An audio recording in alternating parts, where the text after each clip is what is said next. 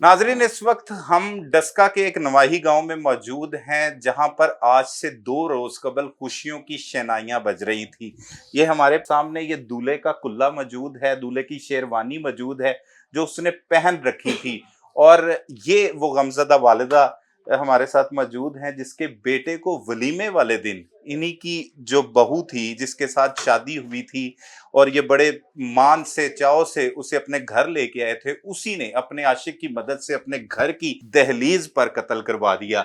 ये उसका सारा सामान है, ये मसहरी है जो इन्होंने फूलों वाली सजा रखी थी। बहुत से अरमान थे इनके जिसे इन्होंने पूरा किया था। महंगे कपड़े अपनी बहू के लिए खरीदे थे। उन्हें क्या पता कि वो ना सिर्फ खुद जाएगी बल्कि अपने साथ इनके बेटे को बुरी तरह बल्कि उसकी जिंदगी छीन लेगी, लूट लेगी। उस बदबख्त औरत ने, उस जालिम औरत ने यही किया और इनके बेटे को कत्ल करवा दिया। इनका सबसे बड़ा बेटा था। खुशियों जहां पर आई थी वहां पर एकदम कोहराम जो है वो बरपा हो गया और अब जो है वो इस घर में मातम इस वक्त हो रहा है। और लोग जो खुशियां मनाने के लिए आए हुए थे अब वो मनो मिट्टी तले उस जवेद उर्फ अदनान को दफन करने के बाद अपने घरों की जानिब जा रहे हैं। कुछ रिश्तेदार आए भी हुए हैं, हमारी बहुत से लोगों से बात हुई।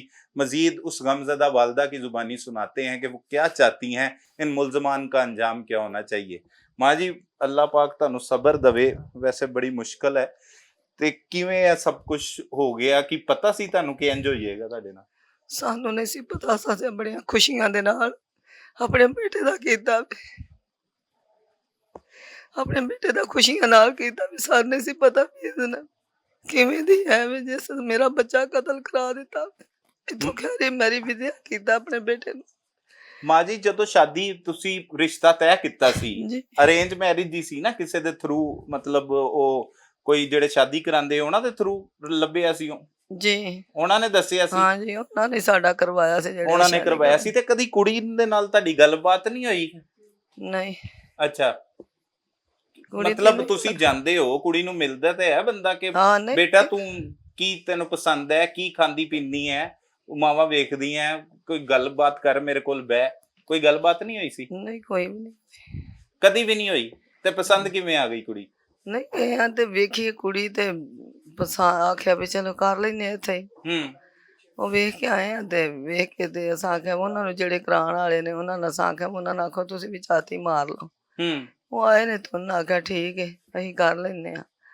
ਹਾਂ ਤੇ ਏਡਾ ਕੋਈ ਉਹਨਾਂ ਦਾ ਨਹੀਂ ਵੇਖਿਆ ਵੀ ਬੜਾ ਬਈ ਕਾਰੋਬਾਰ ਬੜਾ ਸਹੀ ਹੈ। ਹਾਂ ਕਿ ਚਲੋ ਕੋਈ ਨਹੀਂ, ਜਿਵੇਂ ਦੇ ਅਸੀਂ ਆਪ ਭਲੇ ਮਾਨਸ ਇੰਝ ਦੇ ਹੀ ਉਹ ਨੇ। ਹੂੰ ਹਾਂ ਤਾਂ ਕੋਈ ਪੁੱਛਿਆ ਵੀ ਨਹੀਂ ਉਹਨਾਂ ਤੋਂ ਬਈ ਹੂੰ ਤੇ ਵੀ ਤੁਹਾਡੀ ਤਰ੍ਹਾਂ ਜਾਣ। ਭਲੇ ਮਾਨਸ ਹੀ ਨਿਕਲੇ ਉਹ ਵੀ?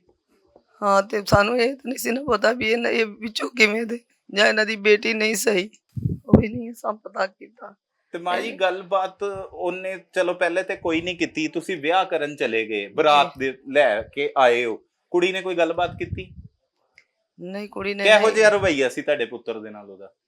ਨਹੀਂ ਬੇਟੇ ਦਾ ਅਸੀਂ ਨਿਕਾਹ ਪਹਿਲਾਂ 7ਵੀਂ ਤੇ ਕੀਤਾ ਨਾ ਬੇਟੇ ਦਾ। ਹਾਂ, ਪਹਿਲੇ ਰੋਜ਼ਿਆਂ ਚੋਂ ਕਰ ਲਿਆ ਸੀ 1 ਹਾਂ ਜੀ ਮਹੀਨਾ ਪਹਿਲੇ। ਆਹੋ ਰੋਜ਼ਿਆਂ ਫੇਰ? ਦੇ ਵਿੱਚ ਨਾ 7ਵੀਂ ਤੇ ਅਸਾਂ ਨਿਕਾਹ ਕੀਤਾ। ਉਹਨਾਂ ਆਖਿਆ ਤੂੰ ਬੇਟੀਆਂ ਦਾ ਕਰਨਾ ਵੇ ਤੇ ਤੁਸੀਂ ਚਲੋ ਨੇੜੇ ਹੋ ਤੋਂ ਗੁਜਰਾਤ ਹੂੰ ਤੇ ਤੁਸੀਂ ਪਹਿਲਾਂ ਬੇਟੀ ਦਾ ਕਰ ਲਿਓ ਜੀ। ਹੂੰ ਫਿਰ 7ਵੀਂ ਆਈ ਹੈ ਤਾਂ ਅਸਾਂ ਆਖਿਆ ਵੀ ਨਿਕਾਹ ਬਈ ਤੁਹਾਂ ਸਾਨੂੰ ਆਖਿਆ ਤੇ ਕੀ ਸਲਾਹ ਹੈ ਤੁਹਾਡੀ?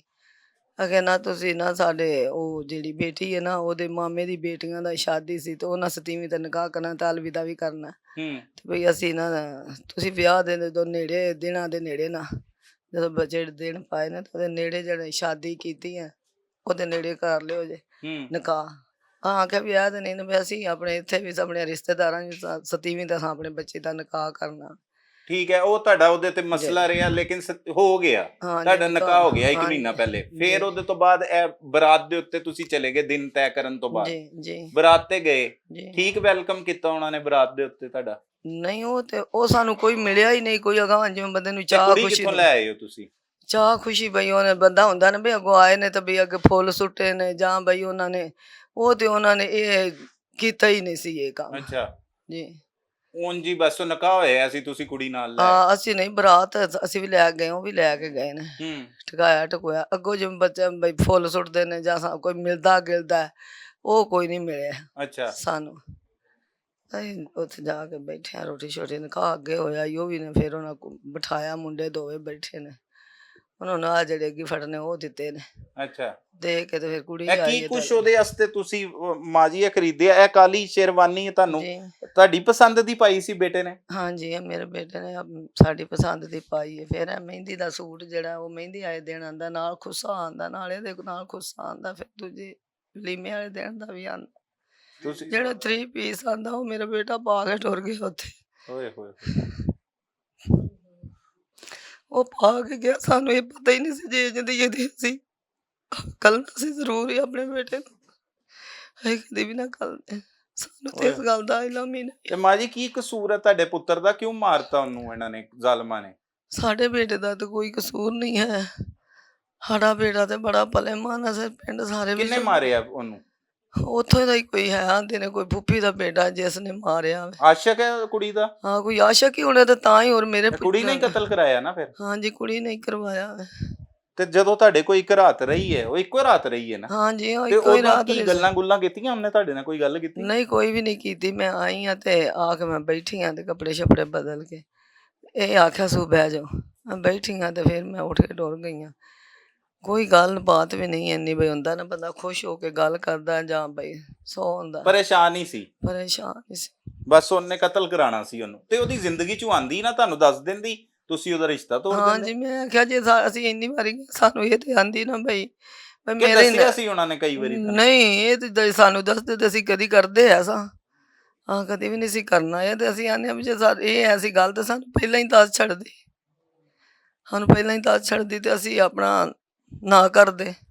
ਮਾਂ ਜੀ ਕੀ ਅੰਜਾਮ ਹੋਣਾ ਚਾਹੀਦਾ ਉਹਨਾਂ ਦਾ, ਜਿਨ੍ਹਾਂ ਨੇ ਤੁਹਾਨੂੰ ਇਹ ਦਿਨ ਵਿਖਾਏ ਆ? ਤੁਸੀਂ ਤੇ ਖੁਸ਼ੀਆਂ ਮਨਾ ਰਹੇ ਹੋ, ਅਜੇ ਤੱਕ ਤੁਹਾਡੇ ਮਹਿਮਾਨ ਆਏ ਆ, ਜੀ ਪਤਾ ਸੀ ਕਿ ਇਹ ਹੋਈਏਗਾ ਸਭ ਕੁਝ? ਸਾਨੂੰ ਕੀ ਪਤਾ। ਕਿਵੇਂ ਇਤਲਾ ਮਿਲੀ ਮਾਂ ਜੀ ਤੁਹਾਨੂੰ?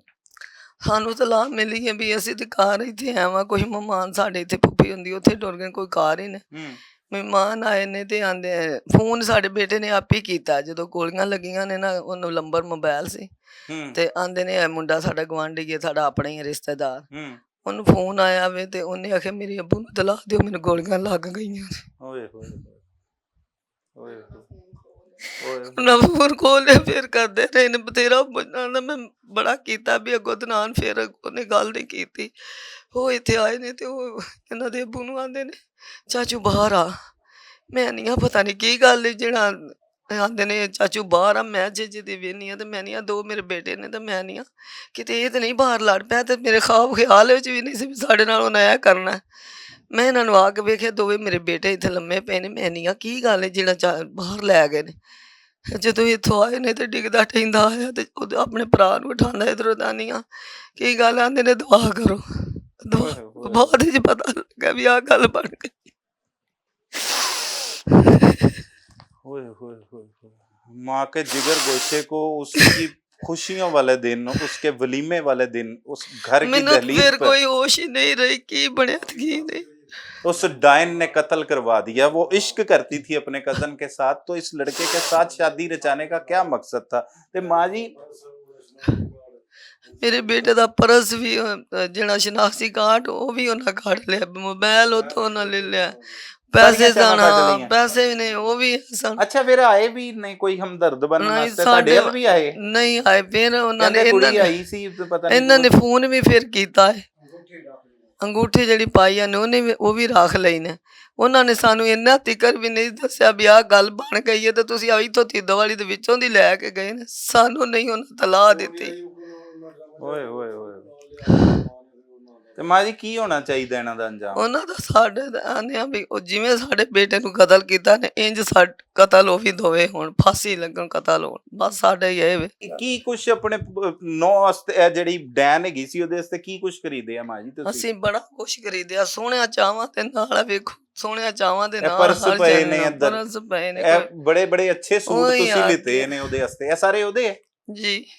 ਇਹਦੇ ਤੋਂ ਇਲਾਵਾ ਵੀ ਬੜੀਆਂ ਸ਼ੈਵਾਂ ਹੋਣੀਆਂ। ਹਾਂ ਉਹਨੇ ਤਾਂ ਲੈ ਵੀ ਜਿਹੜੀ ਪਾ ਕੇ ਗਈ ਹੈ ਉਹ ਏਡੀ ਮਹਿੰਗੀ ਆਪਣੀ ਹੱਥਾਂ ਦੀ ਕਢਾਈ। पहली शादी ਤੁਹਾਡੀ? पहली शादी है बेटे। ये ऊपर अगर देखें इसके तो यहाँ पे गिफ्ट भी पड़े हैं अभी जो उससे मासूल हुए थे। वो बदबख्त डायन ने एक लड़के को निगल लिया और दूल्हे को, जिसके घर में खुशियों की शनाइयां बज रही थी, ये देखें वो पूरा कमरा सजाया हुआ था, लेकिन इन्हें क्या मालूम था कि इनके घर ऐसे क़यामत टूट पड़ेगी।